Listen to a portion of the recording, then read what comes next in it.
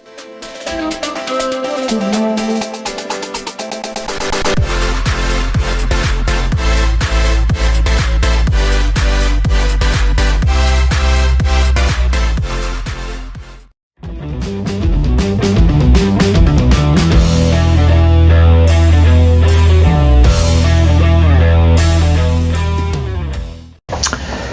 right, back in house in Glencoe, Alabama with Coach Bailey Blanchard. And Coach, another week, another victory. In your wildest dream of dreams when you took over this year, I didn't know if you would even think, hey man, I'd be sitting here in this situation, basically controlling your own destiny for a playoff game. And you talk about it when you're doing reps at summertime, 2-a-days, and in the weight room. Hey, we can go to the playoffs. We can do a lot of things here. But sometimes saying that is coaches speaking, and sometimes it really happens. Yeah. And you're in a situation where it's really right here in front of you. Talk about that a little bit. Let's start right there before we dive into last week's game. Yeah, just our motto, like we talk about, is always believe, and we just want to get the kids to believe over the summer. And like you said, sometimes you just say that, and kids probably go one in and out the other, but then you get those few games, you get out there and you win them, and they go, this is for real. And I think we had those few games early on in the season. I think the Pennington game and the Welborn game was definitely two games that kind of got our kids to open their eyes a little bit. So just, proud of the guys, proud of the way they've been working, and I just want them to keep believing and know that we got a really good shot to be in. And last week I said that we were in. It'd take a lot for us to not, but we control our own destiny this week. So if we win this week, we're 100% in the playoffs, and that's a big deal. That's a big deal. Another game to me that sticks out, and it may to you, but I'm telling you, was the Southeastern game. Yeah. Because you're talking about a team that's been in the second round of the playoffs, I believe, 3 consecutive years. They've been a really, really good and they're a really good football team now. They only had 2 losses to you and Coosa's number 1 and 2A. That game right there kind of set the tone. Take us back to that night and how, this just happened. Yeah, and I was nervous that night. My first ever, game as head coach, and just kind of wanted to see what kind of team we were going to be. And props to them guys, man. They're a heck of a team. They're very physical. I think one of the more physical teams we've played this year for sure. They get after you. So that's props to Coach Bird over there, man. He did a great job. And getting to come out of that one, 7-0, we're like, whew, thank God we got out of that one. But we definitely improved from then.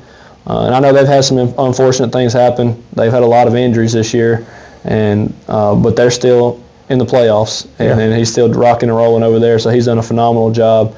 We'd really like to see them without all the injuries. They got some dudes. I think number 5 got injured, and he was wrecking shop against us all night. So they got some good players over there. Yeah, and if they win this week, they're hosting. So like I said, their only 2 losses are the number 1 team in 2A, and then you guys. So. Yeah, they've been rolling. That's a huge win right there. Absolutely. And then, like you said, JB and Welborn. Let's take us back to last Friday night, Coach. Sachs, you knew coming in, Coach Felder taking over there. Great guy, great coach. I believe he played at Alabama.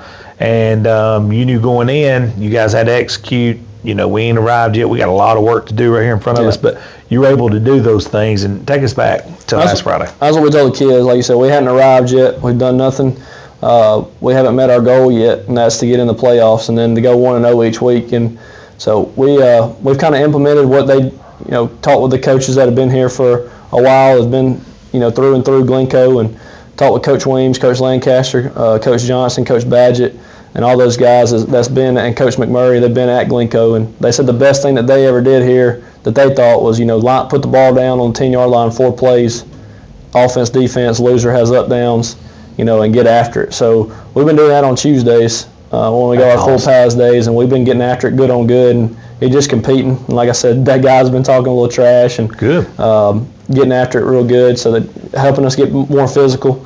And I thought our guys did a really good job of buying into that, and that's what they did when Coach Osment was here, and they thought that we implemented that into our practice. So we've been doing some more good on good stuff here later into the season. And then Sachs, man, they just Coach Felder is a great guy. Talked to me at the beginning of the year. He's like a mentor. I can call him right now, and he would help me out in any way. They got some young guys. They got some really good young guys over there, and if they'll just stick with it and stick around over there, they're going to be good in the future. And he's doing a good job of get them disciplined and doing the right things. And so kudos to him and Coach Farlow. I have a lot of respect for him and Coach Farlow over there. So, but our guys played good. We had a lot of guys with a lot of touches, spread the ball around. We had guys with multiple touchdowns, had guys with 1 touchdown. I think Bronner McMurray had 4 carries and 2 touchdowns, and Alex Hudson had 2 carries and a touchdown. First play of the game, Bronner blocks for him. Alex takes it to the house. Our O-line did a good job of controlling the line of scrimmage, and then our receivers, when they had the ball in their hands, they made plays. And then special teams, again, I'll talk about that a lot. Had a block punt, did a good job on kickoff. We flew down there on kickoff, and then as always, our defense got after it. We had a bunch of tackles for loss and sacks, so they did a really good job. Special teams is one of those things where sometimes it gets overlooked by announcers and people watching the game, but not coaching staffs. No, that's one of the 3 phases you have to win.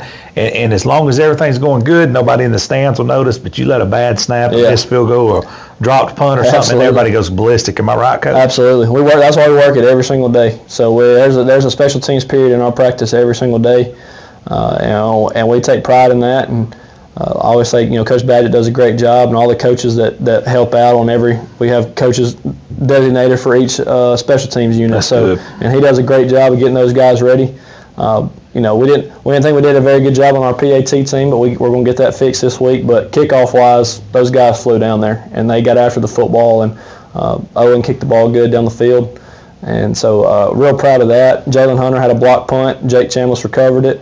And then on the defensive side, we had a lot of big plays, a lot of big tackles. Elijah Young was our player of the week for defense. He had a lot of tackles for loss, sacks, just guys up front getting after it. A lot of different guys contributing. Absolutely. Yeah, you go down the stat sheet, and there's a lot of guys with a lot of tackles, and there's a lot of guys on offense with a catch or a run or, offensive line getting pancakes and stuff like that. So it's just proud of the guys for buying in as a team. Then Jamin Mintz did a good job again of getting the ball out of his hands quick and just managing the game.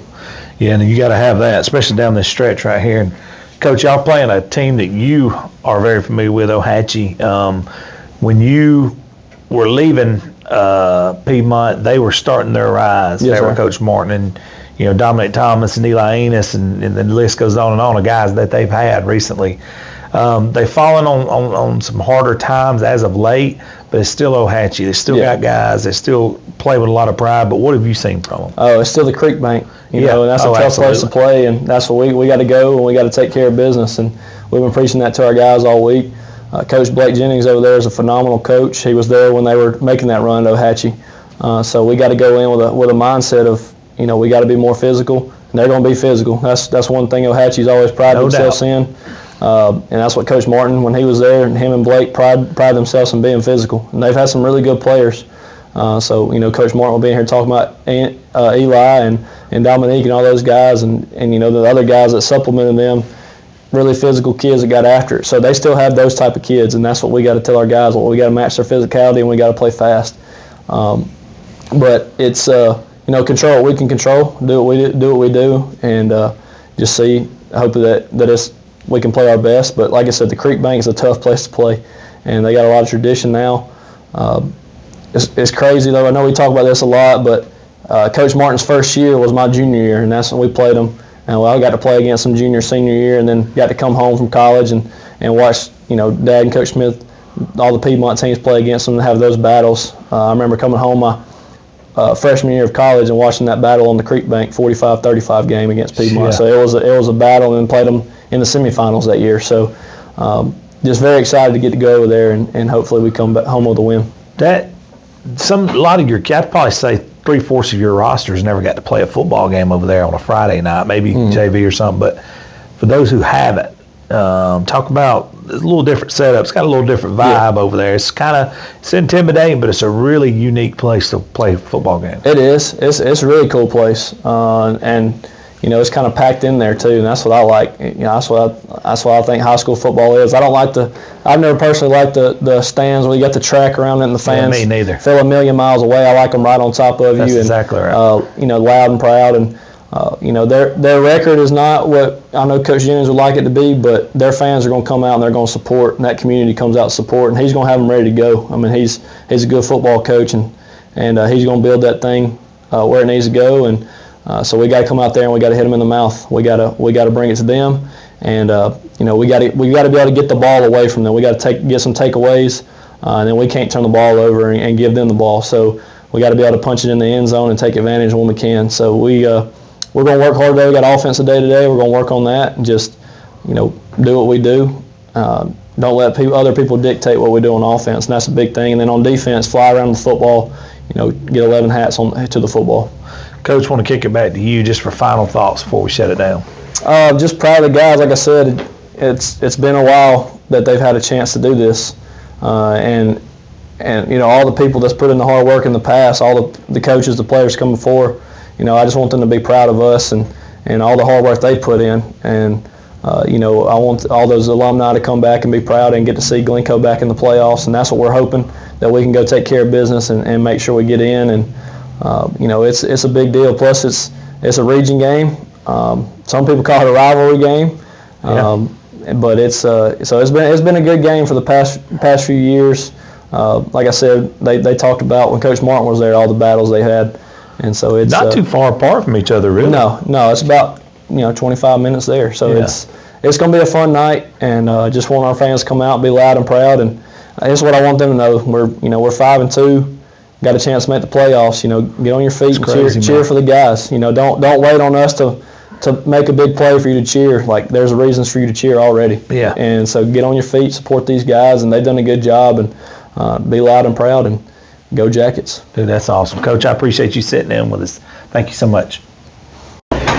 All right, it's time to talk a little volleyball. Coach Barkley, and Coach, it's this time of the year. I've already got to go to an absolute banger of a area tournament, and yesterday I'm going to one today with Asheville Nettlewall. But I'm sitting there looking at y'all's area, Coach, and you're looking at Ohatchee's hosting this thing, correct? Mm-hmm. Yes. And then,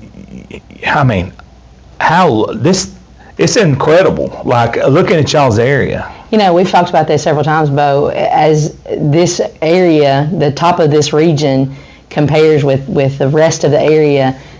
Somebody's going to be at home that really should be playing next week, and that's the way it happened last week. Westbrook got left out of the mix last year, and so they've been out for revenge all season, and have played well, and the top three in our area, no shake to Piedmont, but top three in our area are tough, and we've been listed in top 10 all year in rankings and polls and whatnot, but.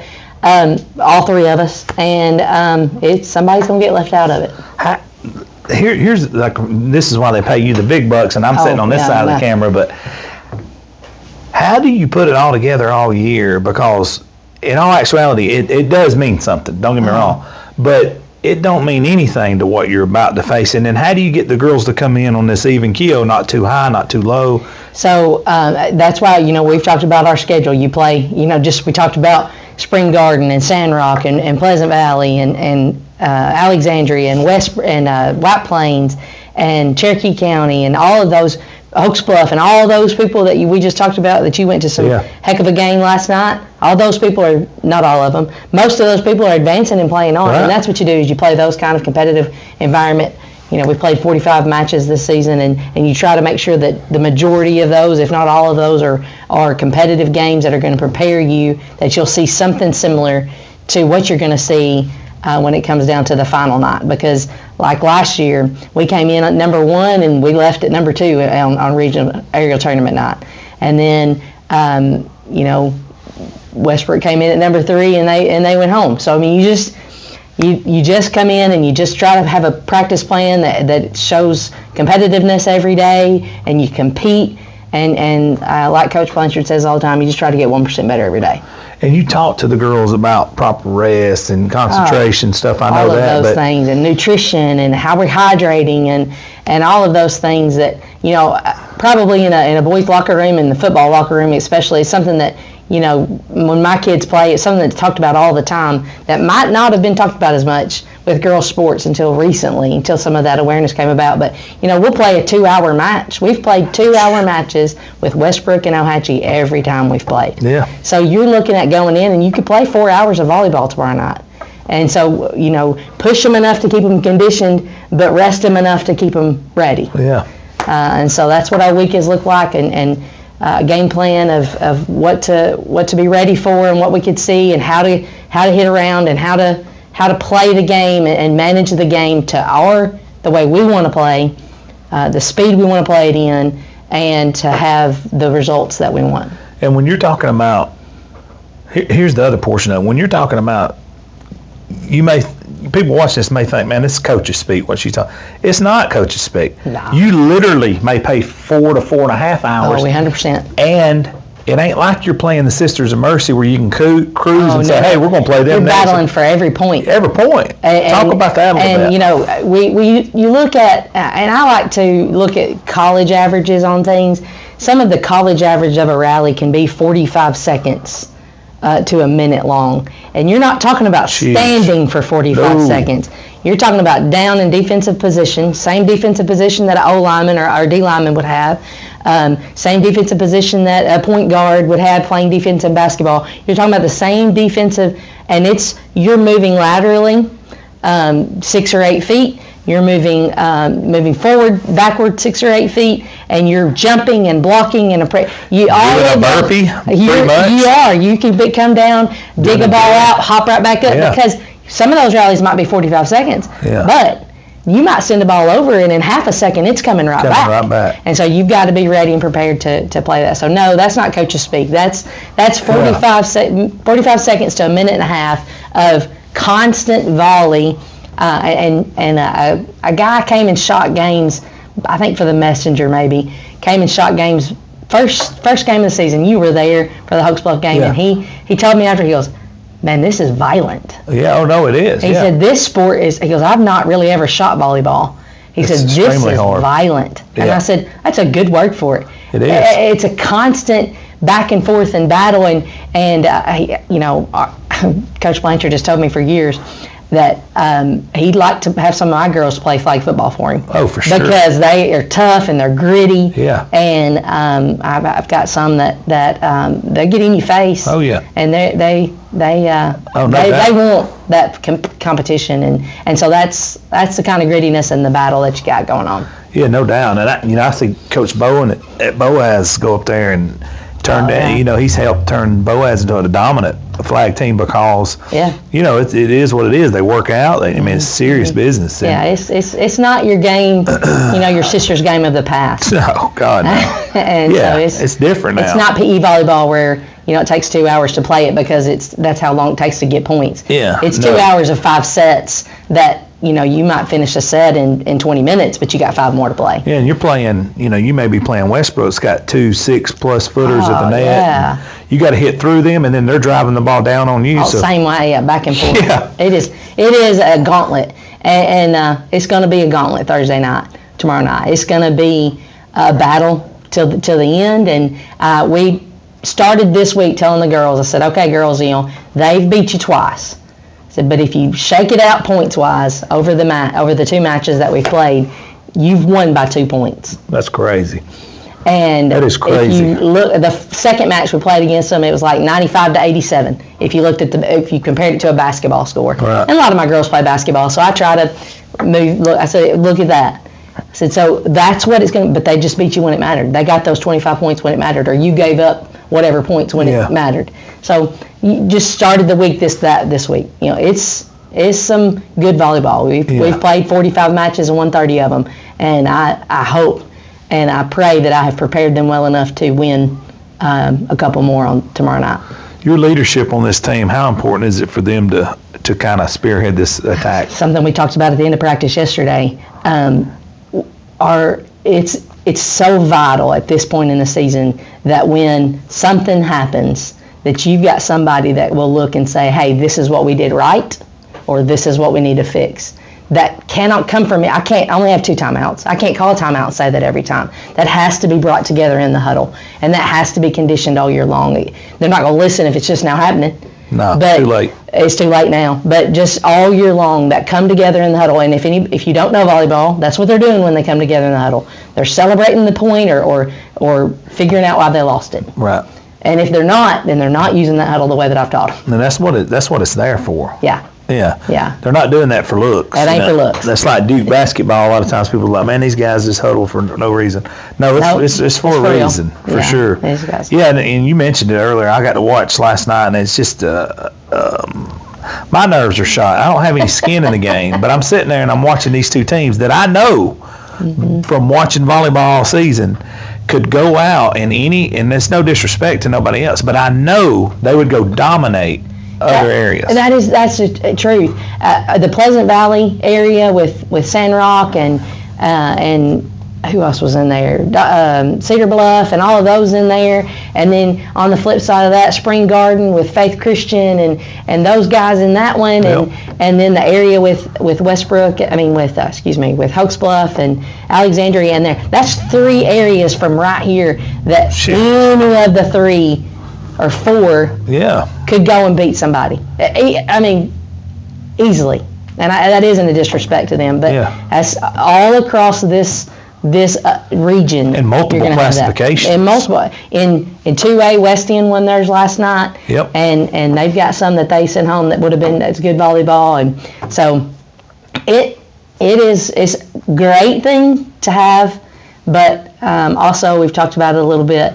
People see that there's probably going to be some addressing of how that looks out in the future. Yeah. That's at least the scuttlebutt. Because you have a 30-minute match when they get over into Birmingham. When you get to Birmingham, then you put somebody out like nobody's business, and that can't be. We've got to figure out a way to get the top teams competing in the top. Yeah, and football in Georgia is going to that 32-team playoff. Yeah. I was talking to Coach Beckett. I'm sure you know Coach Alan Beckett, but he's like, yeah, but man, what about somebody's going to complain like the sports writers, whatever, got it wrong. I said, Beckett, if you're not in the top 32, I don't think you have much of an argument. Yeah. If you're number 34 or 5, you should have said, we should have done a little something here. I can promise y'all ain't 34 or 35. Win when it matters. That's right. What you've got the proof's in how you play. That's right. And the sports writers, okay, whatever, but they're going to see when you're doing what's right. They're going to, this person keeps beating this person. Yeah. They're doing their job just like if you're doing yours, they're doing theirs, and the top's going to be there. And y'all, like you said, y'all played the defending state champions, 2 of them, and just a team with 40 wins this year. And you got to look at it. You may have some losses, but look who they lost to. Yeah. That's right. Yeah. And just I like the way I don't know that I would have said that until really getting into nitty gritty or recently, but the way football does it with looking at eight teams in a region instead of just 4 or 5 in an area. Because like last night, it was a 5-team area, and then there might be a 3-team area somewhere else. Oh, absolutely. I'm going to a 3-team area today. Right, and that's not is that fair? Just the way that shakes out, and so I don't know. There might be some more to talk about with that. Well, this is what's weird about it. It's a 5-team area. Well, guess what? This 3-team area I'm going to today same class. It's 4A. Mm-hmm, same class. Yeah. We've not understood that for quite some time. How when Hoax Bluff dropped from us, they were in 3A, or they rose from us. They were put in a 4-team area when there was a 3-team area just down the road. Yeah, that don't make no sense. And that was a couple years ago. But that's why they get paid the big bucks. And like you do, and I get to sit over here and paid for. I get to sit over here and just talk to you about it. But Coach, before we shut it down, I always like to kick it back to you just for final thoughts. My final thoughts for this day is I put a post out on my social media page that we've had a lot of great things happen. We've won 30 games, lost 15. We've had a lot of accomplishments this year. I've got 3 girls that surpassed the 1,000 mark in Evelyn and Keels, my 2 setters, Barkley and Montgomery, in assists. I've got libero that is 25 away from 1,000 digs. Mia, who's been hitting outside for me for a couple years, she's right about 800, 850, 900, somewhere around there in kills. So a lot of great things that the kids are doing. And if we come up short tomorrow, which I hope and pray that we don't, but if we come up short tomorrow, they've accomplished a lot. Yeah, and I don't want to come up short because I want to reward what they've worked for, and they have. They've worked their tail off to be where they are, and I want them to fly around tomorrow and play with every bit of gusto that I know they're capable of, and that'll be the reward. All of the points and all of the scores and all of the digs and all of the stats I want it to pay off tomorrow Play with your hair on fire. with your hair on fire. Yeah, I got you. I understand that, Coach. Well, hey, I appreciate you guys so much sitting in with me as well, Coach, and you and Coach Blanchard. And hey, good luck to you guys tomorrow. Appreciate it, Bob. Thank you.